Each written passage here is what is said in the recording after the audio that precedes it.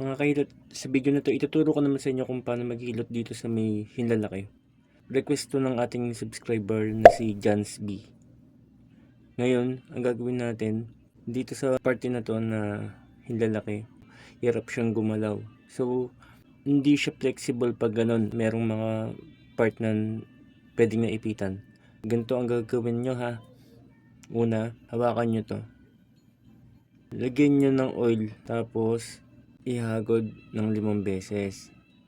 Yan.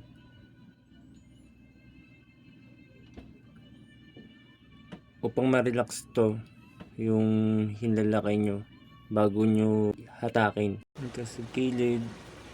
Yan, 5 to 10 repetition, tapos dito. Tapos dito. At dito. Yan. Ikot uli, tapos reverse, and then okay lang yan kung hindi tumanog, kasi pagka talaga masakit o halimbawa may konting pamamaga, hindi talaga tutunog yan. At isa pa, pagka namamaga, ang gawin nyo na lang, lagyan nyo muna ng yelo. Kahit mga 20 to 40 seconds lang. At ngayon, pagkatapos nyo nang hilahin, ganyan naman.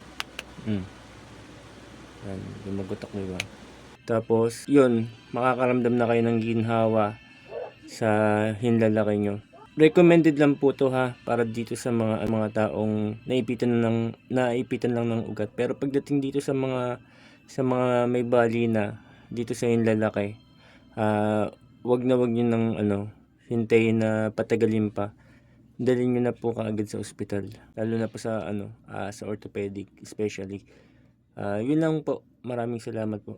Sana po nakatulong itong video na to. Paalam.